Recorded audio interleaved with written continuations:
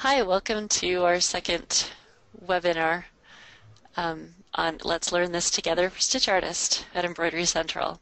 I'm Kirsten. I'm joined tonight by Heather and by Darren, Hello, and we're everybody. glad that you're with us. So today I thought we would maybe start with some of the questions that we had from last time, as well as seeing what we have learned so far. I'm not sure who's presenting, Darren. Is it my screen that's going, or is it yours? Nobody's right now, so Nobody's. Oh, so we're all looking at our own screens and just listening. Okay. That's fine. You all probably have StitchArtist open on your screens, right? And you're just ready to go, right? So you're looking at it. okay. I'm gonna make sure that you're there. Okay, so it should be asking you to just let Yes, your it screen. is.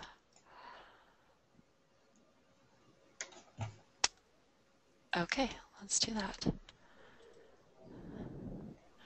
Okay, so maybe you remember last time we were looking at this letter B, and I was trying to add stitches to it, and it wasn't working very well for me. I've gotten much better at this. Look at that, I can make a satin column. It's probably still not as digitized the way that you would if you were doing it by hand. You can see how, well, maybe you can see how the stitches are, the satins are coming up around here and then making a turn right here. And that turn is probably not the way you would do it if you were doing it by hand. But what I found too is that if I've pulled in a different true type letter B, it worked a lot better. So if you're finding one that doesn't work, maybe you can find one that works a little bit better. And I'm not sure which one I was using because it was a different computer. And so all the true type fonts were not the same as what I have here. Oh, it was some of these. But yeah, one of these with the little @ symbols in front of them. They worked really well, or at least the one that I was looking at this morning worked real well when I pulled it in and added. You see, it's actually a bit, oops, remember the green handle to move in StitchArtist, there we go. So this one that I've just barely pulled in is thinner, and I think that helps it a lot. It seemed to work much better when I was trying to add stitches to it. Oops, that didn't work. I probably goofed it up. And you probably all were watching going, don't do that, don't do that. So I'll just try that one more time. Put my B in. I've got a couple of people that are saying that they're not seeing anything on the screen. Okay. Is there anyone else? I mean, I'm able to see it. Is there? Let me know if you're able to see that by typing in on the questions. Okay, Heather says she doesn't see a screen yet.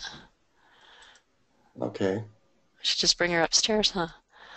All right. So I can get. There's actually. I've got about 20 responses, and about 15 of them say that they can see it. Mm-hmm. Oh, I know what I need to do with this. I think I need to combine holes. Sorry for you, those of you who can't see what I'm doing.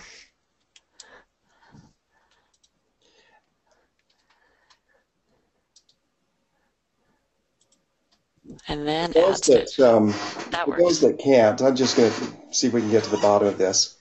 For those Okay. that can't, in the upper right corner is the webinar control panel. And that may need to be maximized. Sometimes it gets minimized and you can't see it. So fish around in that area. I'm going to see if I can reproduce the problem. So I've taken mine completely away. Now what I see is a blue flowery star-like looking thing at the bottom of the screen. Once I click on that, it maximizes it. And there's a panel. I've got a couple of options for um, maximizing the screen or minimizing it. Is there anybody that could not see it that can now see it?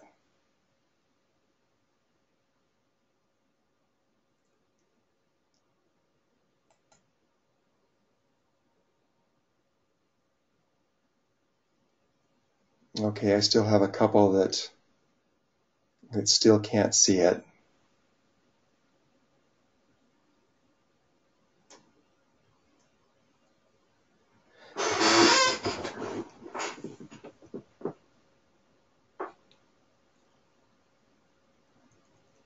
Okay, and then 2 or 3 that say that they now have it, that it's come up. So I now only have one person that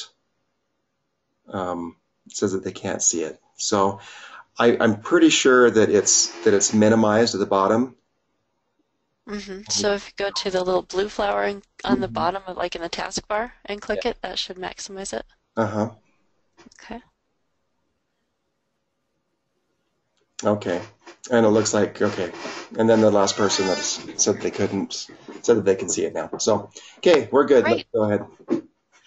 Okay, so I think you're probably all looking at our StitchArtist gallery right now. That's what I switched screens so that you're probably looking at the gallery. You can see the things that people have submitted so far. I appreciate that. I think that's really fun to see how where everybody's following along and what they've done. Okay, so I'll go back to our StitchArtist window.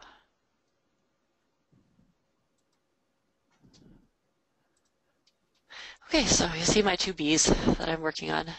And this clover, because we had one question on how you might do gradients. I'm trying it here, and I think it may need a little work, but it's coming. What I've done here is taken and applied, well, let me expand this. So you can see in my objects bar I have 2 clovers, and I've put fills on both of them, but in the fill properties for one, I've actually used this add a gradient. So they have an add gradient option. And so I picked decreasing on one clover, and on the other, I picked increasing so that they go heavier on one side and heavier on the other side, and then each of them get a little bit lighter as they go opposite each other. So that should be a way of like creating shading in your fill objects. So that's something to work on in this next little while. I believe that's something that's still coming up in our reading too. So that's kind of a preview, and we'll get to know more about it as we go. And we had a question about doing ranch browns that are letters that are changed or run together. Have you had success with that while we've been doing our readings and videos and trying over the last 11 days? So it should be a matter of changing your letter. Like you take the nodes on the letters, and for the most part you can do a lot that you can do with anything else with those. So I can make that look really funny if I want to. I don't know if the B is my best choice for that. Like probably an H would be more fun because it's not all closed. I can take a letter H and move that out so we can see it. And I can change what it looks like and add another shape to it, like maybe parenthesis. Oops. Remember to use the green handle. Yes, I need to remember to use the green handle to move it. If I can get it, there we go. Then I can make something different. So that's a fun thing you can do with the TrueType fonts, working to make logos or brands, something like that. I was working on a rocking R at home. That's one that's fun for my dad. I did it before with him with just lettering in another program, but it's fun to see how you can achieve that in StitchArtist too.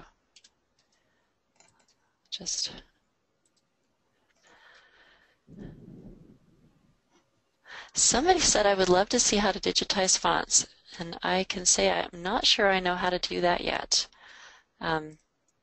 But working on the TrueType is a step in that direction, I think. And we also had a question on how to add things to this gallery, the shape gallery. Okay, so I found something on that. Let me switch screens so that I can show you. I haven't been able to find a lot of options for things to add here, but I have one that I'm going to display to you that you'll be able to try as well. So I'm going to switch screens. We're going to look at screen number 2, and we're going to Lisa's Sew Bubbles blog. And this is from Lisa Shaw. She actually created a library for Embrilliance that we can download. It's a library of alignments. And so here in her blog, right here in the middle of the page, it says alignments.bx. So all we have to do is download this, and it quickly downloaded, so it's ready to go. There are 2 ways we can do it. We can import it, or we can drag it. So she says you can actually just drag this directly onto your Embrilliance screen, right in your design screen, and it will import it automatically. So that's easy. Or you can use the import catalog window, the import catalog box on it. So let's go back over to Embrilliance. And you see we have the catalog here. If I push import catalog and I go to my downloads, I can find alignments. There it is. That's the one that I just downloaded from Lisa. And open. And it has been installed, and now I have alignments, and I have the borders that are on my software already. I have the alignments that I just downloaded and the outlines. So that's one way we can add things to our library. And there are, apparently it will take any BX. So there are some great possibilities with this. I don't know what they all are, but that seems like it's going to be a fun thing.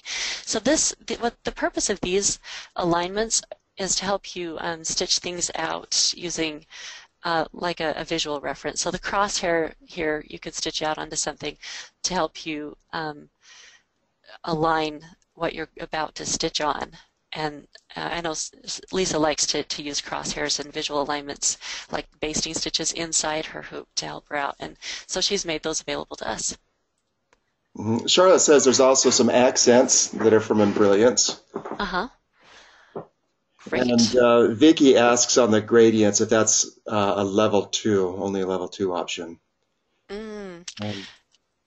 Let me check. I believe that it is. Uh-huh.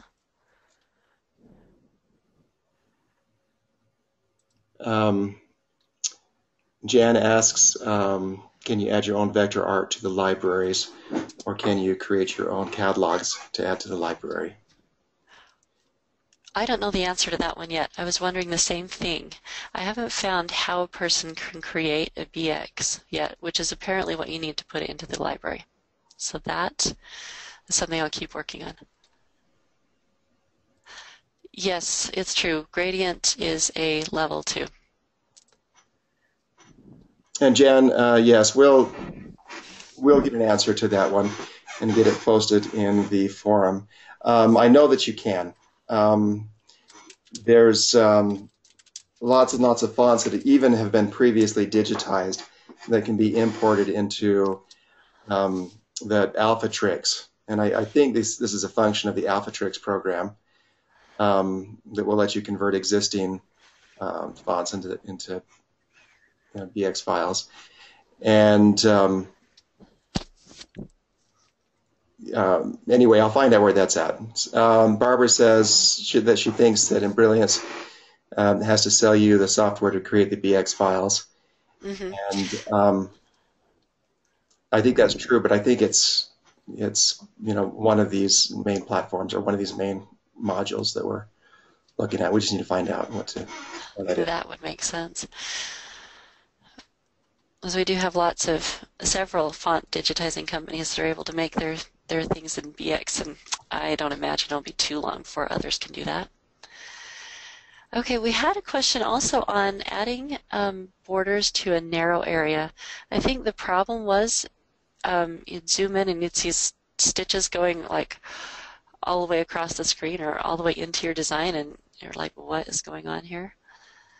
And I think that we attempted to answer that in our first webinar, and then I remember we saw a video that I thought addressed that from Brian, where he was showing us a design that seemed to be going where it didn't need to be going, and he just zoomed into the design and started to remove nodes, and that really helped to fix those. Yeah, there's also a recent update that had corrected some of that as well. So, you know, if you don't have the latest version, make sure that you've got that, because I know there's some corrections that have, you know, this is constantly being refined, and they're very good at finding and fixing little glitches in it. And I'm going to take that gradient off if I can and just go none. There we go.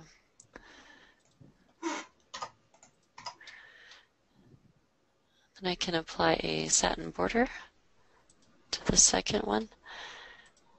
This one, well, at that magnification it looks kind of funny. And it would probably help if I changed the color, wouldn't it? Would help my eyes. That's a little bit bright for me. Okay. Kirsten, I'm going to step away from my computer for a moment, so I'll just speak up. Okay. Okay, and I have to tell you all, I can't see your questions, so I will just move ahead, and if you're asking things and I'm not answering, that's just because I'm waiting for someone to read them to me, but I'll be happy to address them as soon as I can. So I'll go to color and change this to green.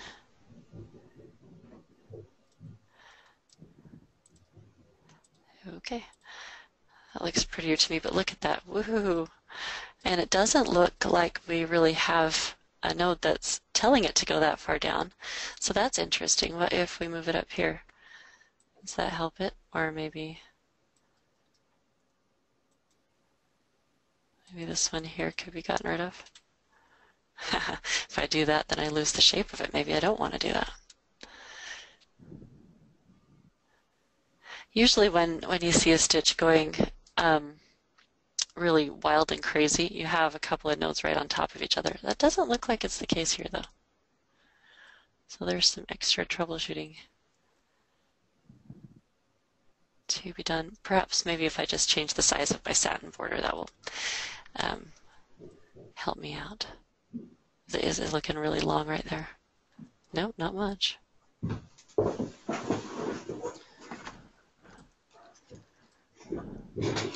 That looks nicer, doesn't it? You don't want to do a satin border typically under 1 millimeter, but I'm still almost 2 millimeters, and that looks okay. So there's one thing you might try if you're dealing with funny stitches and there aren't any nodes on top of each other.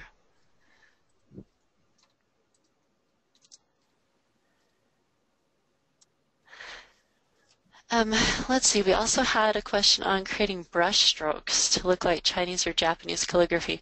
So I made a video of how I think a person might do this based on what I've learned so far. If you saw that, does that help?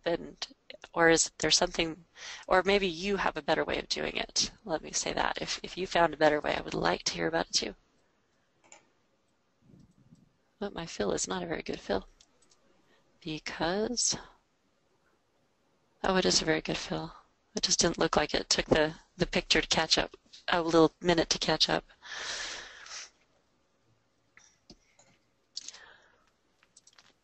So here is the video, in case we...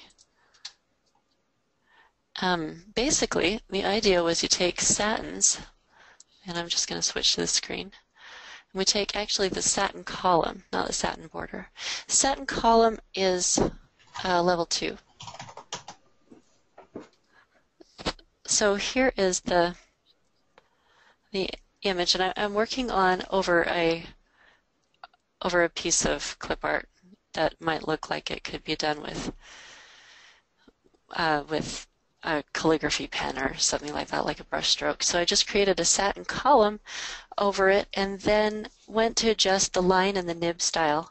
So you go and adjust the line so that the thickness goes from one extreme to the other, and then you pick the nib at the beginning or the end to make it pointed or rounded, and that way you come out with something approximating brush strokes. And then, of course, you want to sequence them so that they look natural. See, first I did the top one first, and then I made the other two, and that's not really how you'd want to do it if you were making this design. You'd want to do the two legs first, and then make the top go over the top of those so that it looks a little more natural. And so I changed the order at the end of the video to show how that works. So I moved it to the last, and now it looks a little more normal. But then I thought, this column stitch, actually I want to change the style of that again, and I can do that in StitchArtist anytime I need to. And then there we go. And now you can see I have a bunch of jumps, and I bet you know how to get rid of the jumps, don't you? Because we've studied the start and end points.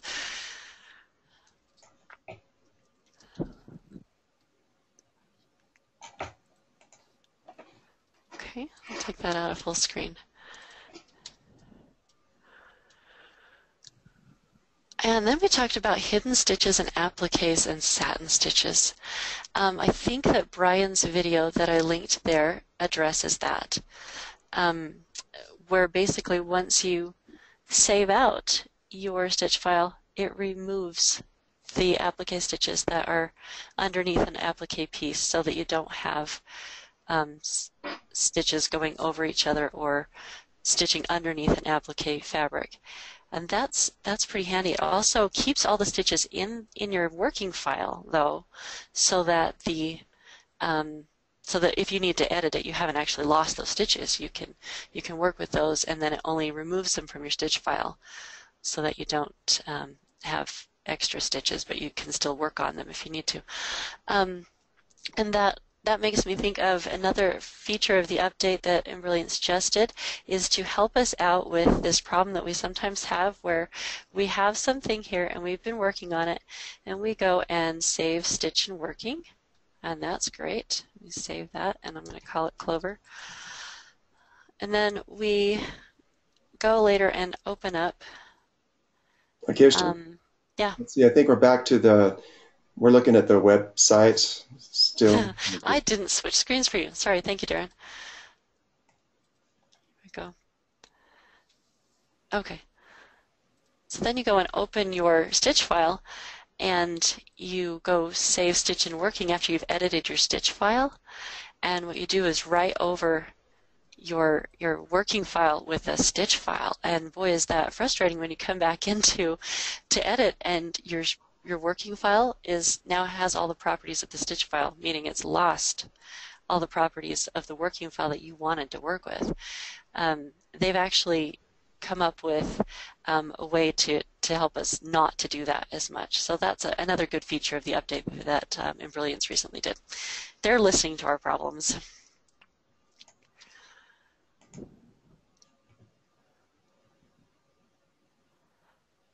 Let's see. Do you have other things, Darren, there that I'm skipping over that we need to address? Questions from folks? No, we've got one question that they missed the original webinar. Would like to know where that's at. Okay. I can show you that right now. It is in our YouTube Let's Learn Together StitchArtist playlist. It's in the playlist. I put it third in the list. We have how to get help, which shows you how to get the help files in case you needed help using those. And then there's the Stitch Artist Intro by Lindy Goodall, and the third one down is our webinar. So that's on our YouTube playlist that I keep linking to when I send out emails. Okay. Pat says, I had a question about hidden stitches. Edited a file today for hidden stitches and it removed some, but not all. Some question marks. Okay. And was this sorry, go ahead. It's a function of the density. No.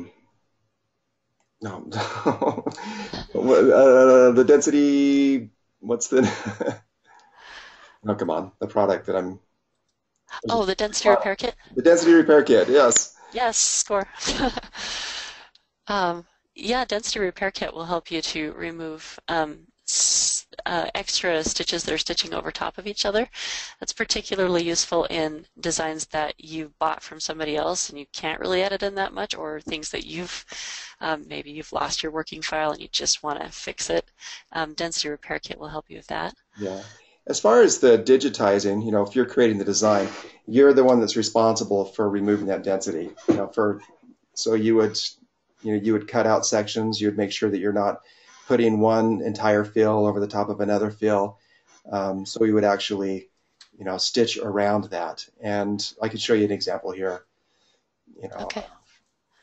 Okay, here's right there from the main screen. You've got a little bit of a, you're going to cut that out. And so using something like the density repair kit would not work very well with your own digitized designs, because you're working with your vector files and creating your original design, and then you're manually removing stitches from that, and every time you go and change it, you're going to lose some of those changes. So it's best to think that through when you're digitizing.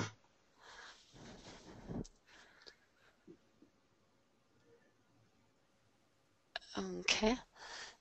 This is Brian's video on the hidden stitches. His just talks about applique. I'm not sure if that's what the current question was, but he shows how he's making two applique objects here, and then you can see where there's an area where they overlap on each other, and so he's making sure that the shapes are closed, and then he can apply the applique fabric, and then he saves the stitch file. Now he's going to open the stitch file so we can just see the stitch file, and look, the stitches are gone in the overlapped area.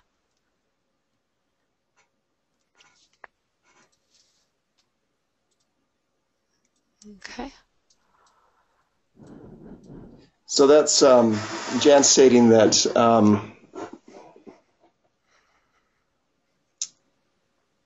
okay, so she says the manual gives you the impression that it will remove all hidden stitches, but it does not.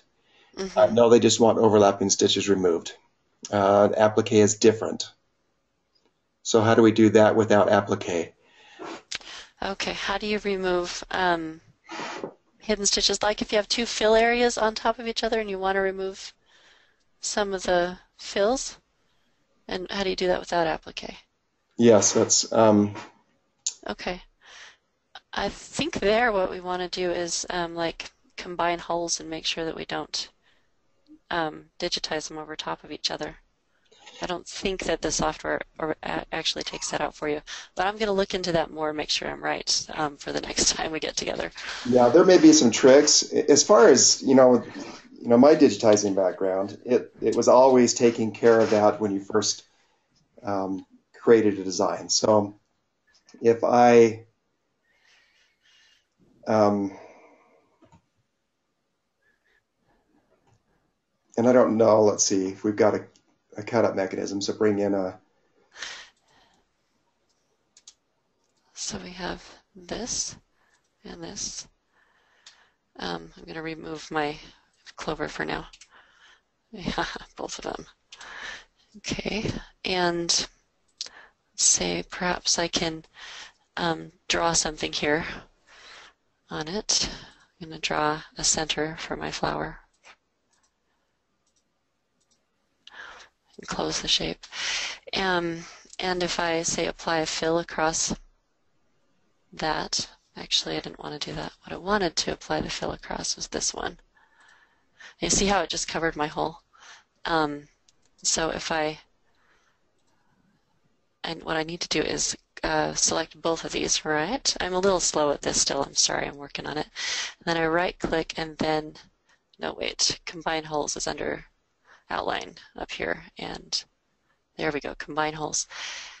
What that should do, and it cuts it out so that I don't have a fill underneath that. And so now I can take my hole here and make a fill on it. Can I? Maybe I have to copy it. Maybe I should have copied it before I combined the holes. Perhaps that's what I should have done. Jan And so is making a backwards. number of statements here. Hmm. Hey, Jan, do you have a microphone? Because I can enable your microphone. You got some really good things to say there. Okay, let me see what I can do here to get.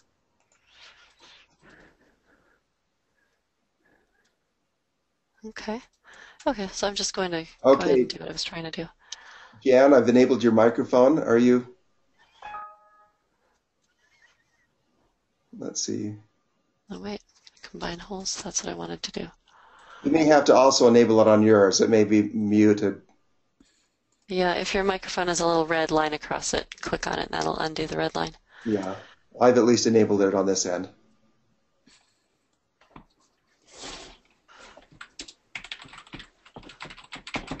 There. Hello? Hi, Jan. Can you hear me? Yes, I can hear you. Or am I still in mute mode? No, we can hear you. Yes. Can you hear us? We can hear you. Here. Okay. Yes, I can hear you. How's that? Can you not hear us?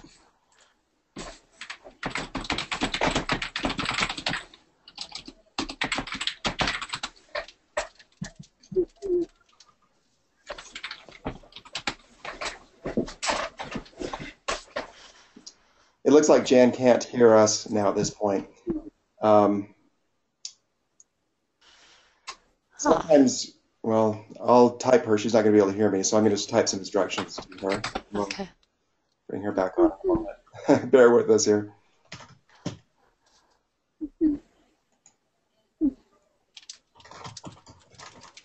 Well, that's strange. Yes, it is. We had that same problem with our first Let me webinar. change my It was sound just my output too. headset. That'll help.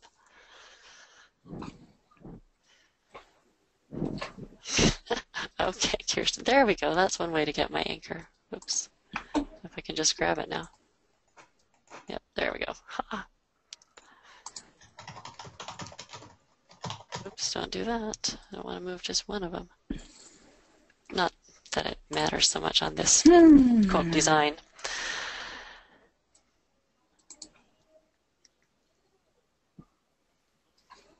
Okay. Do you want me to explain my question about removing hidden stitches? Yes, please.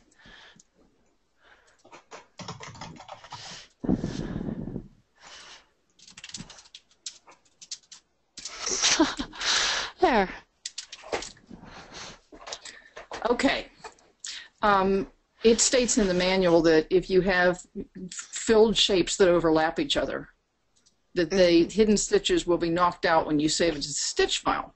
So I did many tests. I could never get this to work. Okay.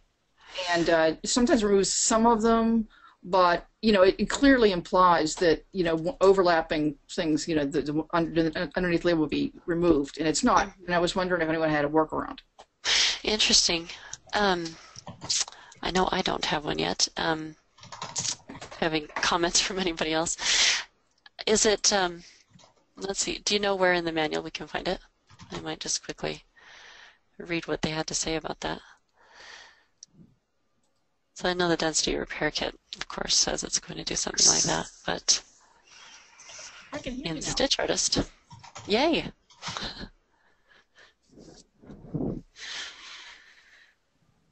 Okay, so I was asking,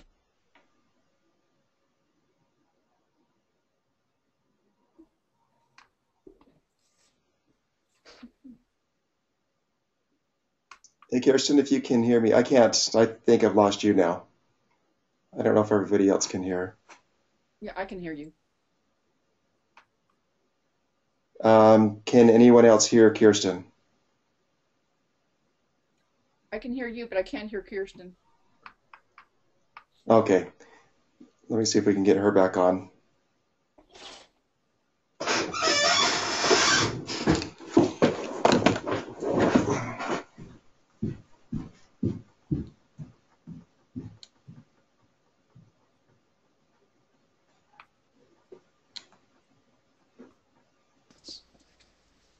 Really?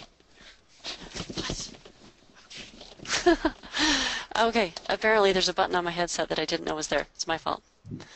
I have to apologize to my computer. It works how it's supposed to. Okay. Are you on a Mac? I'm not. I'm on a PC. Well, there's your problem. There we go.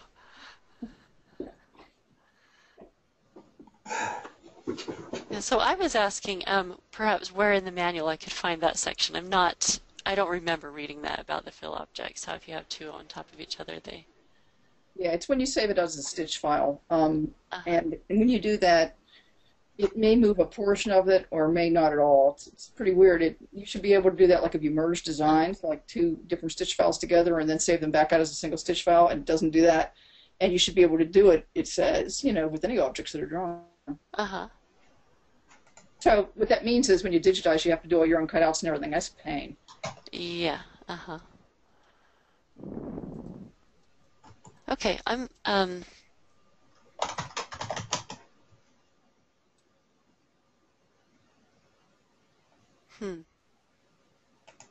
Okay, thank you. I don't have an answer to that, but I appreciate the question. I'm going to write that. Well, our webinar actually records our questions, but I'm going to keep that on my own list too.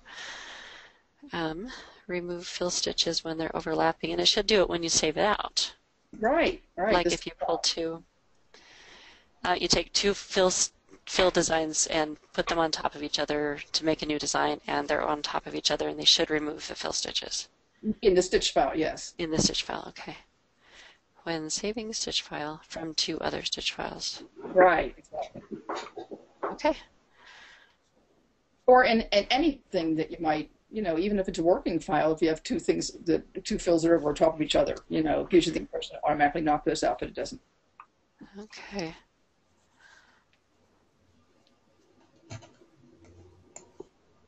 Okay, thanks, Jan.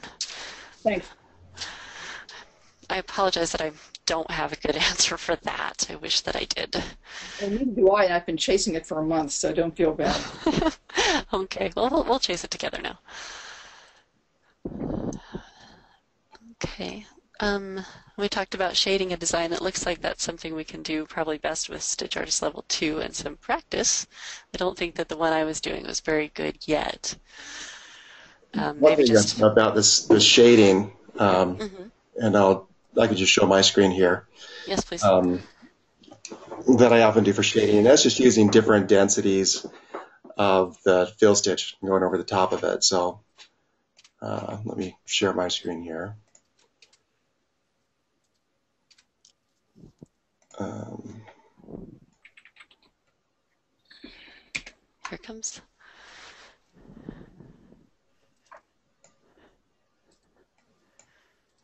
There we go, banana. Okay, so what I did here, let's see, I gotta move.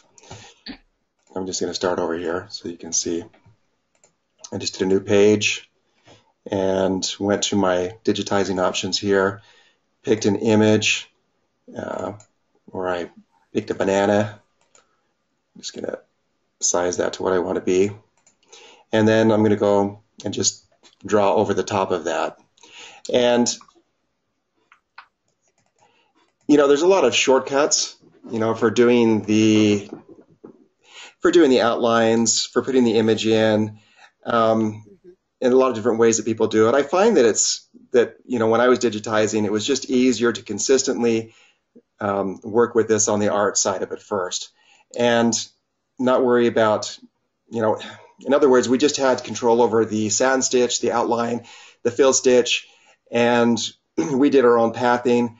And it became very straightforward to go through and do a lot of design. So for this particular one, if I wanted to look at this design, I would start off by looking and seeing, well, what's going to be in the background here first. So I've got this top part of the banana here that I could do potentially first. I've got this bottom part here that I could be doing.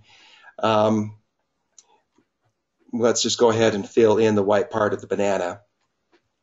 So I'm just taking my spline here, right here, and I'm going to be using the control key to put down straight points. So I'll start off here just putting down some straight points, And then I can just put down several points without pressing the control and just putting my fill kind of inside this line here. Go to, I kind of use my straight point to reset. To do the curves as well. Curve, yeah. And then I hold down my control key and hit my right mouse to go and close the shape. I can also do that by coming up here and clicking on close the shape. So I'm going to select my fill. I can set my properties. The main fill that I'm going to use is going to be 4 point. This is the most versatile. So just remember that 4.0 fill. Your fill density and most versatile is 4. Mm-hmm. Okay. That's going to get your basic coverage. And there's a lot that's being said about pull compensation. We do know that this fill, I'm going to set my color to something that's more banana-y. Soft sunlight, that's a good one. Okay. We know that this is going to pull this direction. Okay, and so, when we do our pull compensation, we add that fill and we look at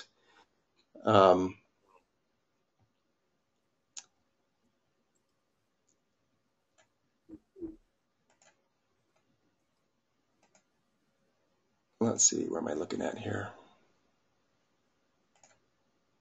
Okay, this is my pull compensation right here. So I can bump this up here and actually make my stitch. You'll notice that it'll make it a little bit wider if I go up to 3 points or so. And a good measure for that, I'm just using what I use is about 3 points or so. Mm-hmm. And that gets you kind of like your overall pull compensation. But the real trick for digitizing a design that is going to be really versatile is to make sure that you're overlapping the sections. So down here, since I'm going to be going over the top of these, I just want to make sure that I'm actually down in here a little bit. There's no reason I can't go down here a little bit further because I'm going to be doing these sections here later on, and that can pull quite a bit, and I can still be overlapping it. I wouldn't worry so much about the density. That's along the edges is not a big deal, and so feel free to do that. Okay, and then we have a question about how do I do some of the shading? Well, let's say I want to shade down the side of this banana here. So I'm just going to pick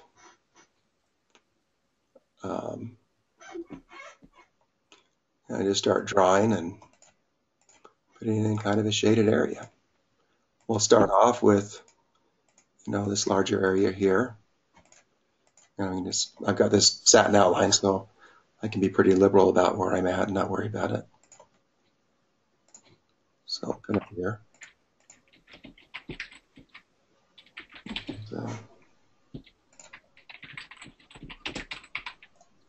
And that, and I'm going to use a slightly different color on this one. We're going to do a fill, and I'm going to change my property up here. Instead of 4 point, I'm going to go clear up to 12 point, which makes it a really kind of a lighter density fill. And let's. So the higher number is lower density. Yeah, actually the higher, okay. Yeah, it says it's a little bit misleading here. Mm-hmm. We're actually talking about the spacing between the stitches is as a 12 point. And so when we increase this number, we're actually decreasing the density. So okay.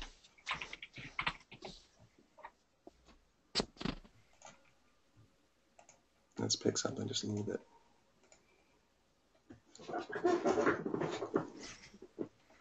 When I do a shade, like when I pick this, I don't want to have any underlay underneath it. Because and you notice that I'm running this the same direction as I am this background fill. I want this to actually sink into the stitches below it. So I get a really subtle shade here. So let's go in and let's take off the... Right, so it doesn't just look like you put a satin stitch on top of it. Right, and that's It why blends right I in. changed my density to much less density. Increase my stitch spacing to get that. So let's take it. I'm going to take Take off the... our underlay. Okay, now I still have this one that's coming right up here in the middle. That's because it had to travel to get it to my start and stop points. So let's take a look at my first one here. I'm going to start off. Let's just go ahead and start up at the right there, and then I'm going to end up here. So, and with this one here, we're going to start on the top and we're going to end down at the bottom. If I have any questions on what's happening with this,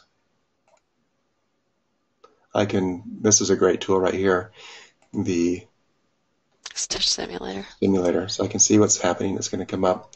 Right now, I don't even have any underlay. It's actually not a good idea. Yeah, you probably do want some. We do want some for this one. So,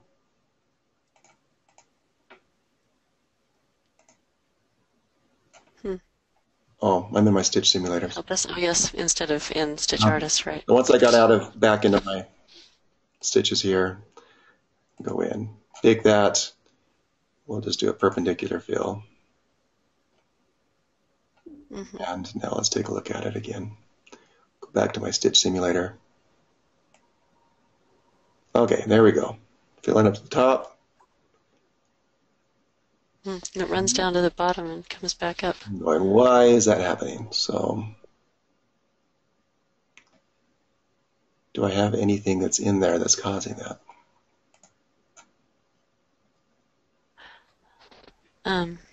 Maybe take the 3D view off to see more clearly. Okay.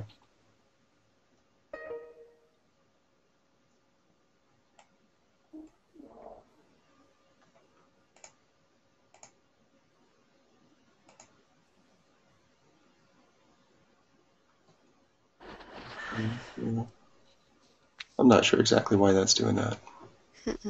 Yeah, it looks to me like you've got your start and so that it wouldn't have to travel. Yet it is. So. Oh, well, let's adjust for another day. And see if we can see what's happening there.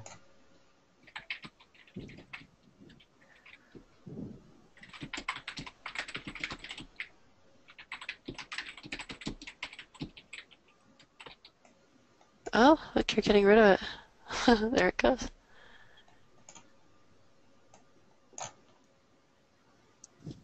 Voila.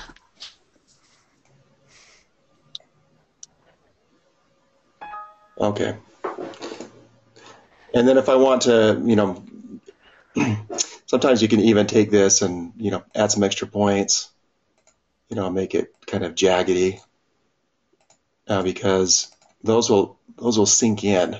It's not going to be, a straight line like this. If we don't have the underlay, it'll actually fill in there. That's how you see a lot of the shaded work on the floral designs and such, is that we try to get that. Oh, great. In there. So we can go back and forth and just. Do you have the feather option on your fill? This is another option. I don't have a feather option on the fill, but we do on the satin stitch. On the satin, okay. I can remember that. And so we can do something similar with that. Down in the satin stitch, you can kind of see. We're going to change that to a satin. Something that I don't have much control over in level 1 is the inclination. Not on satins. I'm reluctant to use it for these types of shades. That is actually a pretty important feature if you're going to get into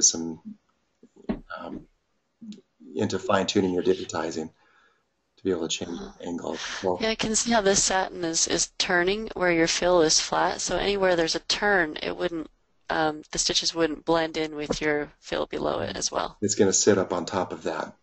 I didn't use a lot of the feathered satin anyway. I tended to actually use several light density fills. So we'll go back to our fill here. So once I'm down here, then go ahead and digitize another section here, but just do it somewhere so that we're further in. Mm-hmm. And you could shade that banana further. And then we just run our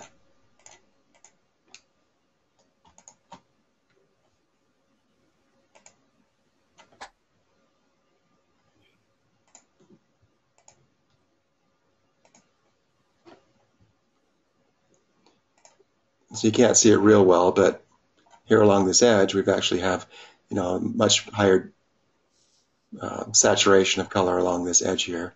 Uh-huh. If you put on the 3D view, I bet we could see it a little bit better. Okay. Okay, maybe not. It looks a little busier on that edge, but it is kind of hard to see unless we have a different color. Right. Okay, so I'm going to turn it back over Thank you, Darren. ask the questions over here. Let me see what questions we've got.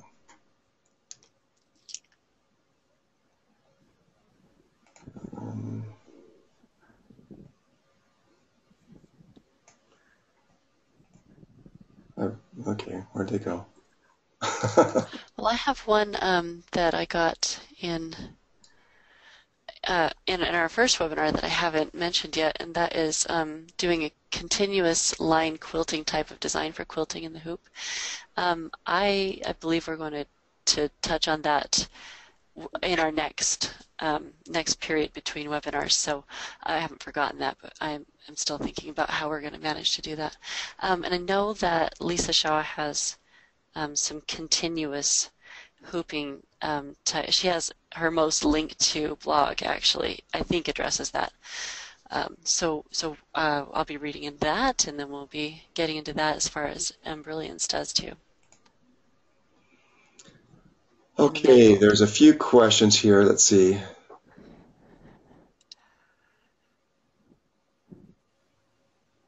Tara said that when we asked this question on Brilliant FB page, Lisa said that Brilliance doesn't remove hidden fill stitches.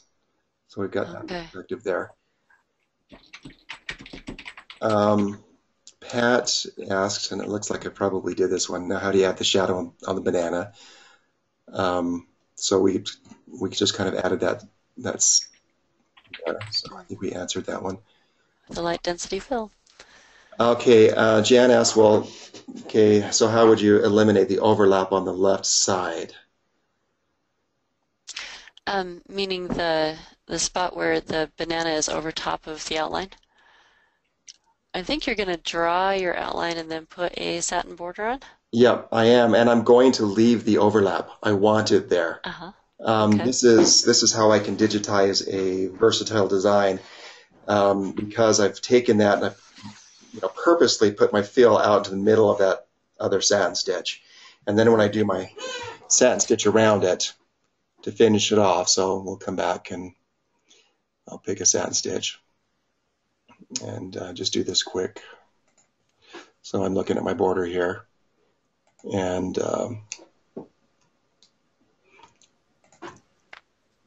we'll just go and whoops. You can, yeah.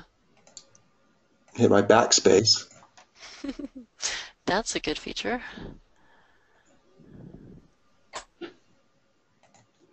If you get comfortable with putting the points down, I'm a long way on the digitizing part because,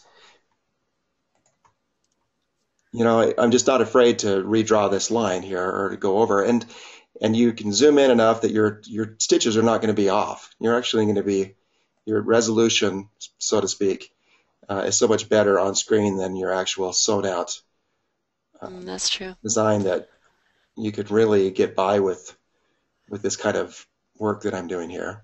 And for those that like to work with vector images, that's what I'm doing. I'm creating a vector image, and it doesn't matter how bad my bitmap is in the background because I'm basically tracing over where I want it to be.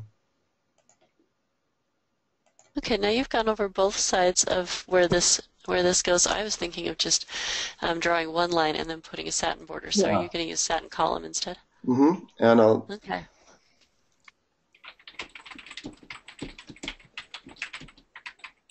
Okay, so now I've got this column there. We'll fill it in. It's a nice banana-y color. If we want to go, we could leave it like that. We'll make it black just because that's the color they've got it. But I personally like to use, colors that match the background a little bit more. I like to use the grays or a little bit darker of the same color. I don't like to outline everything in black. What's up with a more natural look Yeah. than a cartoony look? In fact, I don't even like to use satin stitches around here. Taking this, I probably just digitize this clear to the outside and then just do my own shading. Oh, so you do the fill all the way to the edge of the black. Is that what you're saying? And then use a bean stitch around it? Yep, use a bean stitch or use one of the feather fills down the side. So instead of it being just a harsh line, it just kind of blends in to the side. So interesting. I have a little bit more difficult time doing it without being able to control the inclinations and get it to blend right, because I don't want it. So back to what you were saying about the pull compensation. That's the reason that we're overlapping the fills and the satin border, right? So the border is covering. Yeah, if we've got more overlap, then we've got more fudge factor or more play when it stitches out. So it can stitch across a range of fabrics or circumstances. And still come out okay. Okay, so let's change this color here.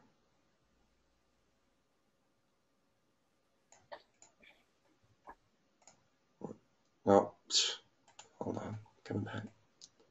Just click OK or else hit Enter before you leave. Okay. There you go. I went with dark instead of black. I don't know. It's a bold choice. I like it. Carolyn says, how do you digitize for push compensation on the open ends where the stitches push past the border? There is a little bit of push that's going to happen, like right up here on the top. It's usually not as dramatic as the pull, but it's the same principle. I mean, we've got it going halfway through, and if this ends up, because of the push, ends up, going, up even a little bit more, we're still covering that. With your satin. And so, another trick with the digitizing on a lot of different fabrics is that you try to get to your outlines as soon as possible. It ends up increasing the number of color stops, which is the disadvantage of it. But it reduces the amount of drift. So to reduce drift, you would do your outline on the top of the banana before you do the outline on. Go ahead and fill in the peel, and then do the peel outline separately. Yeah, there's a bunch of advantages and disadvantages, of it. I mean, if this were going to go on, a stable fabric, I could go ahead, and especially where I've got satin stitches that go around it, I've got there's a big fudge factor here. I can drift quite a bit. The satin stitch is going to cover it up. I'm going to be okay. If I'm going to do some single outlines, I want to get to those single outlines, pretty quickly after I get the fill down, especially if it's going to go on something that's not as stable.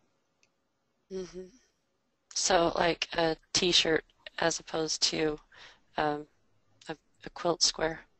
Yeah. So now that I've got this the outline, see, I can actually do the outline at the end. I'm going to go ahead and delete the outline and just kind of show you really quickly how I would path this out.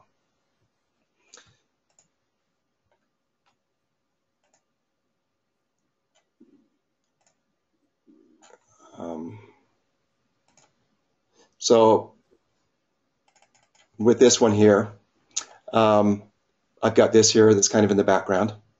So I would come down to this area and I would stitch up there, and I would do the same thing I did with the light density fills right around this area. This area is right up on top, so I could stitch either one of these. I usually try, if I've got the choice, I try not to pinch my fabric. So if I come down like this, it's better for me to continue it down, and then since I've got this outline, I can just do a run stitch to sneak up. Like I say, I do a lot of my pathing manually. It's just more consistent, and in the long run, I find it easier. So, instead of like for an auto digitizing program, for example, I would fill this in and then run this all as one section.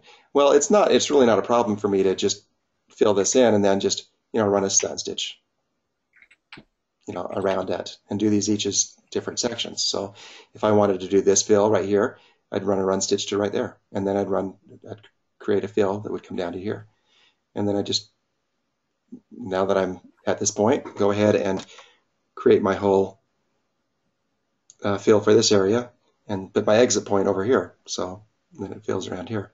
So now this is done in the background. I don't know if that makes sense. Okay.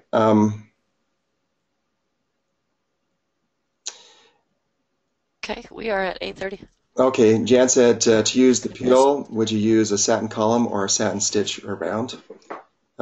With this one I would, because it's there, it's more of a cartoon type look. And so, yeah, I would do a satin just as I showed you up above. So I would start and do these sections first. So this part right here, it looks like it can tuck into here, so I would do this one first.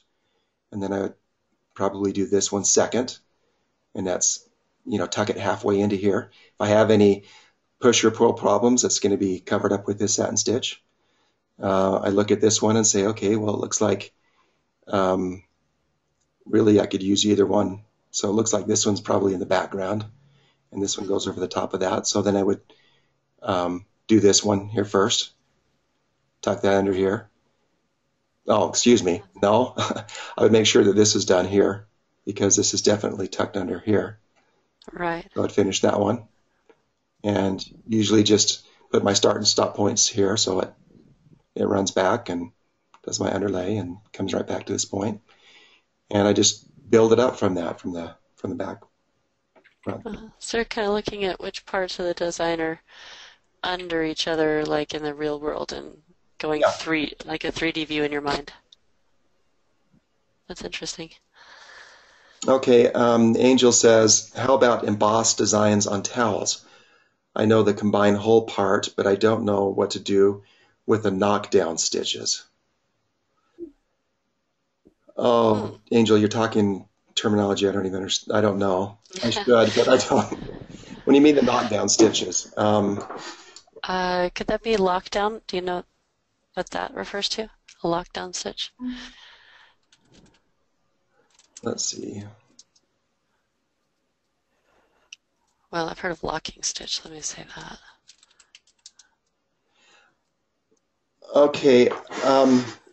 If I'm thinking of the same thing, we're talking about like kind of the strapunto effect, where you just bring in something new here. We are out of time.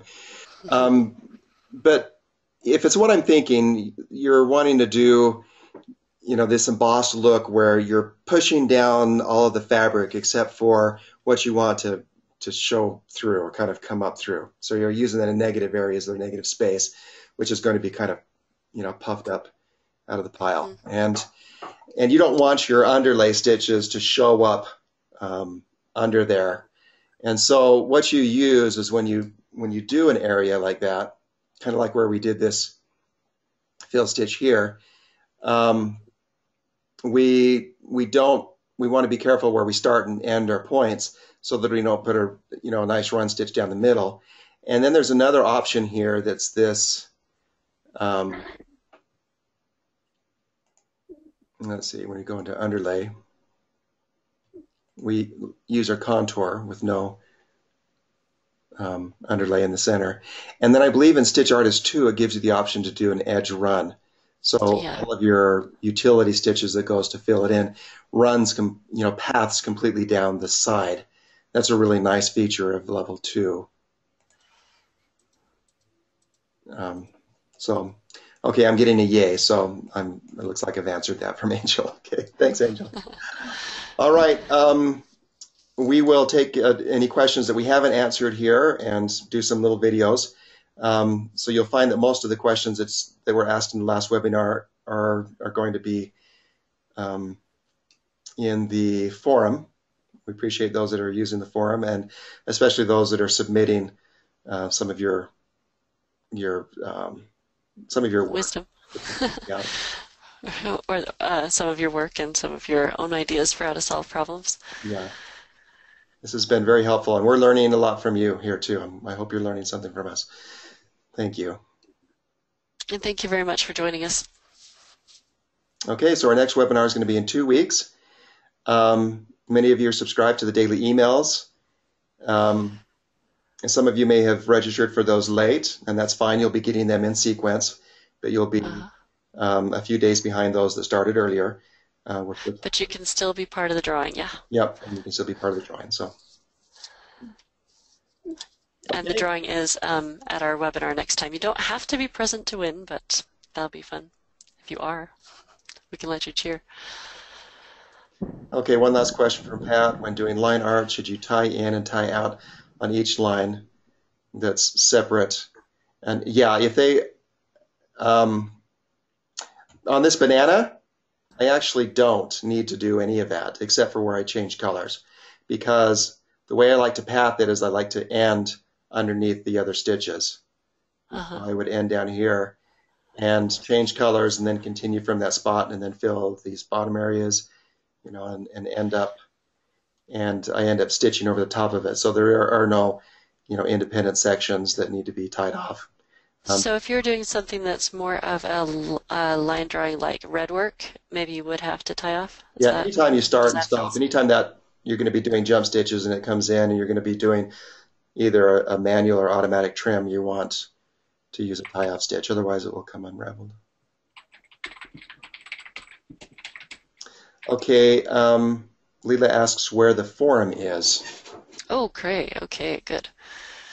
Do you want me to show that, Darren? I have it. I'll run that back over to you. Okay. Okay, so you're on Embroidery Central's homepage, for instance. I'm not. Let's go back there. We're at embroidery.com, and you can I'm just still not click. seeing your screen yet. I don't know. Okay. Which screen am I on? Yeah, it should be this one. Does everybody see it? Okay, No? there we go. Okay. Okay, so this is embroidery.com's homepage. You can see in Brilliant Stitch Artist our banner here. Just click that. It takes you to our main Stitch Artist page. And here's the forum. It's linked right here with these little speech bubbles.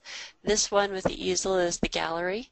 You can see our videos right here. That goes to our video playlist. So if you click forum, that takes you to the forum.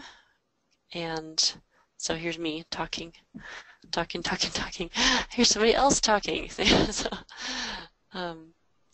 you can reply to me if you have an extra question or a follow-up or a comment on what I wrote, and add what you want. If you want to add your own item to the form, you go to the bottom and type in. It'll have your picture there instead of mine, and you can type in your own submission to the forum and click submit. That is the forum. For the gallery, it's a little harder to send in your images. Well, I don't know if it's harder, but you can't do it yourself. What you have to do is email it to me, and I can put it online for you. That's how those things get there.